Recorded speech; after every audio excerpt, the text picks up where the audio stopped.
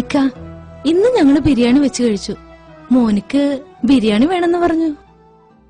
ഞാൻ കഴിക്കുമ്പോ ഇക്കാന് ഓർമ്മ വന്നു.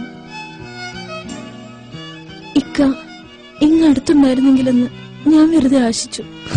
എന്താ സുലു, ഞങ്ങൾ ഇന്നലെയും ബിരിയാണി വെച്ച് കഴിച്ചു.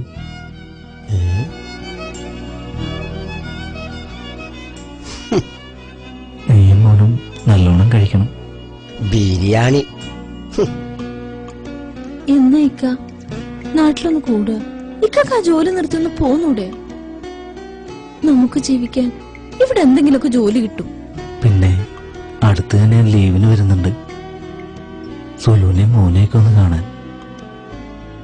ഇക്കാമ പുതുക്കി കിട്ടിയാൽ ഉടൻ തന്നെ ഞാൻ നാട്ടിൽ വരും. ഇക്ക പോയിട്ടിപ്പോ 4.5 കൊല്ലായി. മോനിക്കാണെങ്കി വയസ്സ് 4.5 നഴ്സറി ചേർക്കാനയക്കണോനെ. മോന് വലുതായല്ലേ, കാണാൻ കൊതിയുണ്ട്. നീ അവനെ അംഗൻവാടി ചേർക്കിപ്പോ. ഇക്കാമ പുതുക്കിയാൽ എന്തായാലും വരും. നീ മോനെ കാണാൻ ആഗ്രഹമില്ലെന്നാണ് എന്റെ വിചാരം. എല്ലാവരുടെയും കെട്ടിയന്മാര് 2 വർഷം കൂടുമ്പോഴെങ്കിലും വരും. ഭീമാത്താന്റെ മരുമൻ പിന്നെയും വന്നു. ഇത് 2ാമത്തെ തവണയാ വരുന്നു. ഇതൊക്കെ കാണുമ്പോ എനിക്ക് എന്റെ സങ്കടം ഞാൻ ആരോട് പറയും? കരയില്ല സുലു, ഇക്കാമ കിട്ടാൻ നീ ദുആ ചെയ്യണം. ഇക്കാമ കിട്ടിയ ഞാൻ ഉടനെ വരും. മോനെ കാണാൻ വളരെ കൊതിയായി. മോന്റെ പാട്ട് കേൾക്കുമ്പോ ഉടൻ നാട്ടിലേക്ക് വരാൻ തോന്നുന്നു. എന്ത് ചെയ്യാ? മോനെന്തേ? മോൻ ഉറങ്ങാണ്. ഓന് ഇപ്പൊ കിടന്നതേ ഉള്ളൂ. എന്താ വിളിക്കണോ? വേണ്ട, ഞാൻ പിന്നെ അങ്ങോട്ട് വിളിച്ചോളാം. ഇക്കക്ക് എന്താ ഒരു വല്ലായ്മ പോലെ? എന്താ സുലു? ഇക്കക്ക് എന്തോ പറ്റിയതുപോലെ ഒരു തോന്നൽ. സുലു, എന്താടി ഇങ്ങനെ? എനിക്കൊന്നുമില്ല, ജോലി കഴിഞ്ഞ് വന്നതേ ഉള്ളൂ. അതിന്റെ ക്ഷീണമായിരിക്കും, അല്ലാതൊന്നുമില്ല. നീയൊന്ന് ചിരിക്കുമെന്നേ.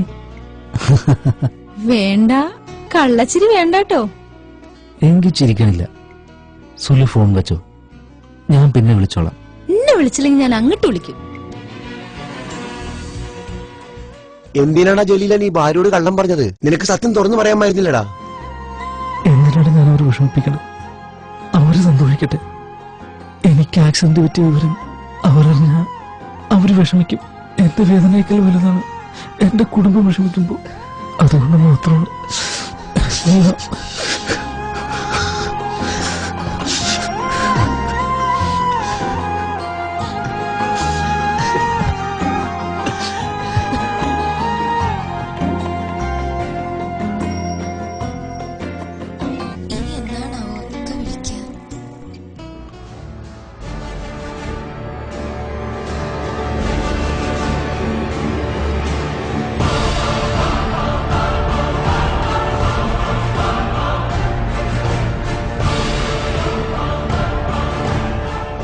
എന്താടി നിന്റെ കെട്ടിയോ പറഞ്ഞേ?